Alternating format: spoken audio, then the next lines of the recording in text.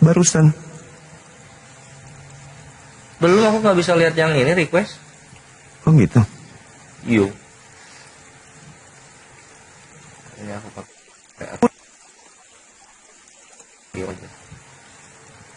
Cut. Konfirmasi. Udah. Nggak, aku ini yang apa yang ngomot di bawah. Sama ini Gurunda, kan? kayaknya live-nya Gurunda kena pembatasan deh. Di searching nggak ketemu tadi. Aku harus ngetik apa username-nya, iya. Bang Zuma 01.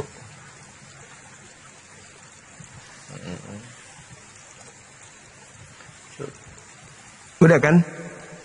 Belum. Yang ini sudah kan? Ini udah, alhamdulillah. Mantap. Thank you Gurunda.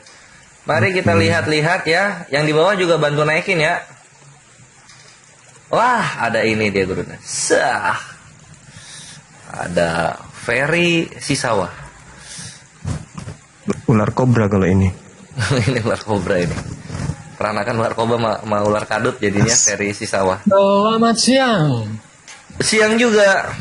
Halo Bang Zuma, apa kabar? Halo juga Pak Ferry, kabar baik. Masya Allah. Bang Kores, bagaimana Bang Kores? Sehat? Lelah dan tampan seperti biasa, Mabre. Oh.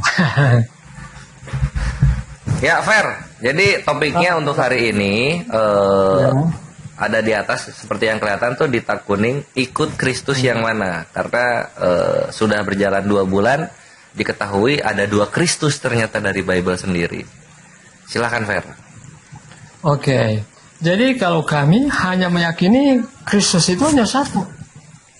Tapi ada juga kan yang mengaku-mengaku Kristus, yaitu adalah Kristus palsu. Tapi kalau di dalam Alkitab ada Kristus asli, hanya satu. Yesus ada Kristus, 2. Yesus ada Kristus 2 karena hanya satu. Kalau yang di Al-Quran kan Isa. itu bukan Kristus, itu beda, jangan dibawa-bawa. Kalau yang datang di Al-Quran itu, dia adalah utusan Allah, hamba Allah bagi Bani Israel. Jangan diganggu-gugat itu, dia adalah utusan Tuhan. Nah yang di Kristen ini, ada 2 Kristus. Kristus yang hamba Allah, hamba Tuhan. Dan Kristus yang menganggap dirinya Tuhan. Itu 2. Jadi Kristus yang datang kepada Kristen, yang mengajarkan Kristen menjadi Kristen. Kalau Kristus yang datang kepada Bani Israel, mengajarkan Bani Israel menjadi Yudaism. Beda. Saya pikir Isa di dalam Al-Quran itu beda ya. Isa di dalam Al-Quran itu tidak jelas dia lahirnya di mana. Oh, bukan itu yang jadi polanya. Bukan itu polanya. Ya itu tidak disunat Isa di dalam Al-Quran. Bukan itu polanya. Polanya bukan begitu. Polanya Nabi Isa alaihissalam itu tidak mengajarkan umatnya memanggil dirinya Tuhan. Nabi Isa di dalam Al-Quran itu tidak mengajar. Diam dulu kalau tidak mau disepak bokongnya. Isa di dalam Al-Quran itu tidak mengajarkan dirinya untuk dipanggil sebagai Tuhan, bermukjizat pakai namanya, mengusir setan pakai namanya. Sedangkan tanda-tanda Kristus palsu, kata Yesus, dilihat dari umatnya memanggil Yesus Tuhan. Itu Kristus palsu tandanya itu. Dan Kristus palsu itu tandanya menurut Yesus bertemu dengan nabinya di padang gurun. Itu belajar lagi. Kamu itu sudah tua, udah hampir mati pun masih bodoh. Jadi Kristus yang datang. Ya silakan. Boleh saya tanggapi? Oke, jadi boleh. Ya, silakan. Yesus itu bukan hanya sekedar utusan, karena utusan tidak mungkin akan memberikan hidup yang kekal. Coba Anda Zuma tunjukkan utusan bisa memberikan hidup yang kekal. Sampai kiamat pun Anda tidak bisa tunjukkan. Ya. Dan Yesus itu nyambung, Fer. Iya, tidak nyambung memang.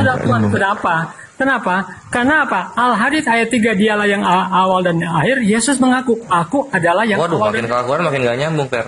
Ini perhatiin yang Gurunda bilang. Gurunda bilang itu Yesus berkata, kalau ada Mesias ada di sana, ada di sini, jangan kamu percaya gitu. Betul. Jadi itu yang ketemu. Nah betul kan? Silahkan Gurunda.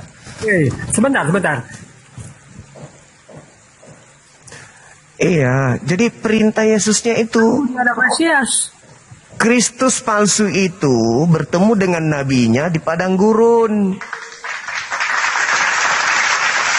Tidak ada dibilang Kristus palsu bertemu dia di padang gurun. Tidak ada itu. Ada di dalam Matius 24. Kecuali mengaku aku Kristus, di sana ada Kristus, itu palsu. Paulus yang mengatakan itu. Jadi bukan begitu, kata Yesus di dalam Matius 24, waspadalah kepada penyesat. Apa indikasi penyesatnya? Apabila ada orang mengatakan ada Mesias di sini, ada Mesias di sana, di padang gurun, di bilik, jangan kamu percaya. Kita tidak boleh percaya itu. Karena apa? Nah, Yesus itu ketika Paulus mengaku bertemu dengan Kristus di padang gurun, apa nasihat Yesus? Percaya atau jangan percaya? Dia tidak bertemu, dia hanya mendengar suara, dia hanya mendengar. Itu sudah bertemu itu ya. Tapi yang Paulus alami itu adalah menuntun dia kepada jalan kebenaran. Itulah yang dikatakan Yesus. Itulah yang dikatakan Yesus. Nah, setelah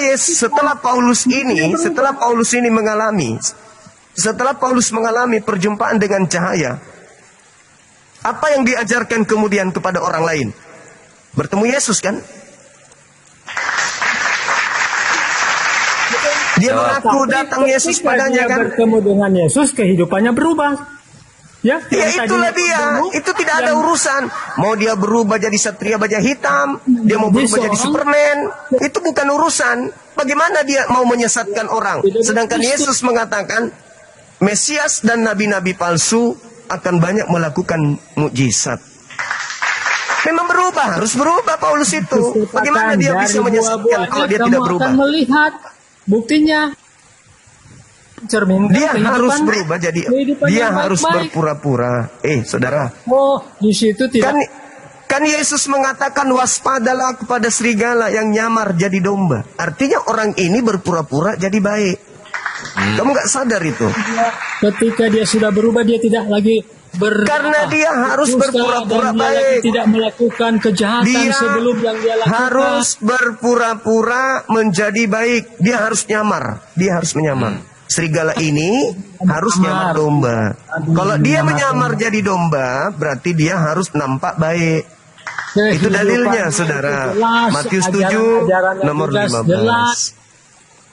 Aduh, ini sudah tua tapi modal ngotot. Kehidupan Yesus.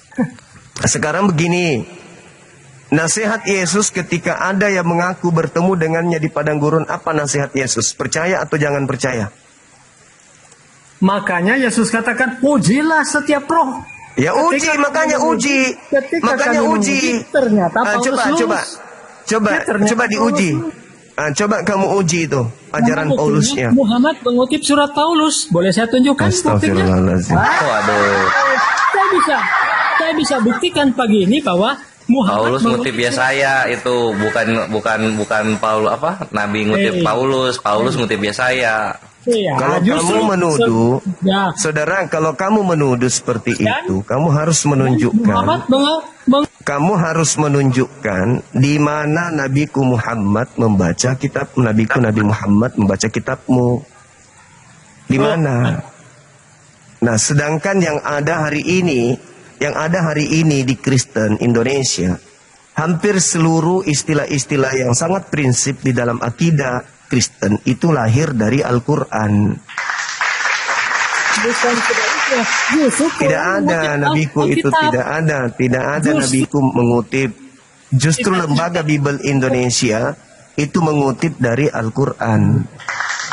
Lembaga Bible Indonesia itu mengutip dari Al-Quran. Kata Allah, kata Alkitab, kata Roh Kudus, kata imam, kata iman, kata jemaat, kata setan, iblis, malaikat, Roh Kudus, itu semuanya diambil dari Al-Quran. Jadi yang mengutip itu adalah Bible. Bible yang mengutip Al-Quran, bukan Al-Quran yang mengutip Bible. Anda boleh mengatakan Al-Quran datang di abad ke-7, tapi Kristen di Indonesia datang abad ke-berapa? Kristen Indonesia datang abad ke-berapa? Kitab itu sudah dicatat. Kristen datang ke Indonesia itu abad ke-berapa? Penulis Al-Quran, bro. Kristen abad ke-berapa datang ke Indonesia? Bukan dari Alkitab. Abad 16. Abad ke-16. Islam datang di abad ke-7. Berapa selisihnya? 900 tahun. Cerita-cerita 900 tahun lebih duluan Al-Quran daripada Bible, kitabmu. Sadar kau itu orang tua? Sadar? faktanya. Saudara sadar. Al-Quranku itu 900 tahun lebih dulu daripada kitabmu. Internet bukan zaman jahiliyah Arab yang mudah dikibuli. Sekarang kau tunjukkan kepada saya surat Paulus dalam original teksnya itu di manuskrip mana ada? Silakan. Muhammad mengutip surat Paulus ya 2 Korintus 2 ayat 9. Sekarang kau tunjukkan ke saya 2 Korintus yang kamu maksud itu manuskrip tuanya mana? Coba saya mau lihat. Buka. Enggak usah manuskrip. Enggak usah. Udah. Saya tidak suka pembohong. Kenapa? Saya tidak suka pendusta ular tua. Saya tidak suka ular tua yang suka pembohong. Kau ke gereja sana, kau tusuk pantat pendeta, habis itu jilat tanganmu. Dari dulu pulang saya tidak ke suka rumah papa di sorga. Dari dulu saya nggak suka diskusi sama dia memang. Ngotot, dia udah kena ngotot, menuduh, memfitnah, tapi blow on. Saudara, nyambung juga. Nggak nyambung. Saudara, Kristen ini, Al-Quran saya di abad ke-7. Oke? Kitab yang dipakai sama ular tua tadi, nanti di abad ke-16, resmi di tahun 1974. Itu lembaganya, berdiri di Indonesia 1954, kemudian diterjemahkan ke dalam bahasa Indonesia itu nanti di abad 20 dalam bahasa Melayu resminya. Nah sekarang kalau dia membawa 2 Korintus ini, tunjukkan dong manuskrip tertua yang lebih tua dari abad ke-7 ada nggak? Nggak bisa ditunjukkan. Artinya apa? Lembaga Bible Indonesia terindikasi meniru Al-Quran. Nggak usah terlalu jauh. Kata Alkitab saja dulu. Alkitab itu muncul di abad ke-7, kata Alkitab. Bible Indonesia mengambil kata Alkitab baru kemarin sore. Tapi kalau ditanya, kenapa kamu menggunakan kata Alkitab? Apa jawabannya? Kristen ada di abad pertama. Kan enggak ini. Enggak waras itu namanya. Seibarat ada orang bersaudara, 7 orang bersaudara. Jarak antara anak pertama dengan anak bungsu itu sekitar 20 tahun. Kemudian anak bungsu lahir. Pada zaman anak bungsu lahir, baru muncul mobil metik. Pada saat anak pertama lahir, belum ada mobil. Yang ada cuma sepeda. Lahirnya anak sulung, anak bungsu, keluarlah keluaran baru mobil metik. Lalu anak sulungnya mengklaim, ini mobil saya. Loh, kenapa bisa? Ini mobil saya dong. Enggak, kau duluan mana lahir dengan saya? Saya lahir 20 tahun yang lalu, kau baru lahir kemarin. Ini mobil saya. Karena saya lebih dulu lahir daripada kamu. Nah itulah Kristen. Polanya Kristen itu begitu. Karena mentang-mentang dia lebih tua, maka semogalah sesuatu diklaim. Seperti mental penjajah. Punya orang semua punyanya. Nah, itulah yang terjadi. Mentang-mentang dia lebih dulu. Mana duluan? Kami ada di abad pertama. Sama lah seperti anak sulung tadi. Masa kami lebih duluan? Kami abad pertama. Emang pada saat abad pertama bahasa Indonesia sudah ada, kucluk. Kita mau hanya bahasa Indonesia. Coba original teksnya mana? Manuskrip tertuanya mana? Nggak ada. Mana pabriknya mobil metik di usia kamu lahir? Nggak ada juga. Adanya baru sekarang. Tapi mengklaim. Nah itulah penjajah gitu. Rampas. Manusia kucluk tak berotak. Diajak waras nggak mau. Maunya gila permanen.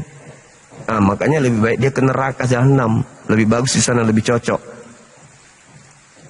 Orang sombong yang buta huruf ya gitu. Nah ini Guruna, ini aku mau bongkar-bongkar dulu Takia Korintusnya dia gitu. Ketika dia bilang di 1 Korintus 2 itu Paulus yang bilang ya. Ini kawan-kawan pembelajaran bagi kalian bagaimana mereka bertakia Korintus dalam rangka penginjilan gitu. Kita sekarang buka dalil yang dia maksud, yaitu 1 Korintus 2 nomor 9.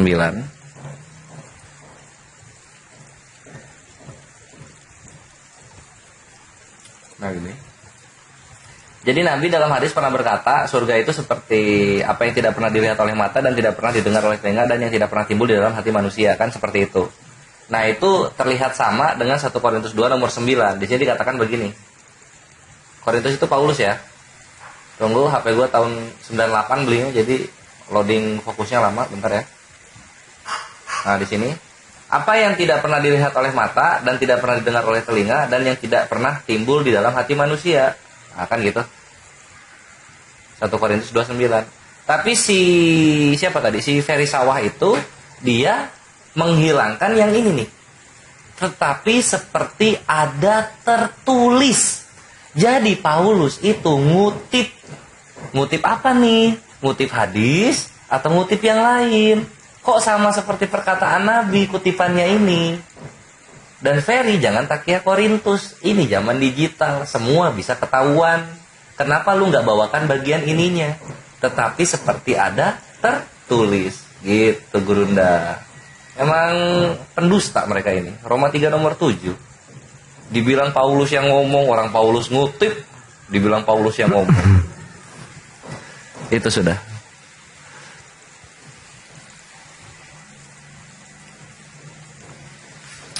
Yuk berikutnya, yang mau coba bohong-bohong. Siap. Yang mau coba bohong-bohong depan kami, ayo coba naik. Ada Carol. Wah Carol ini dia Kristen tapi Kristen vegan dia. Agak aneh.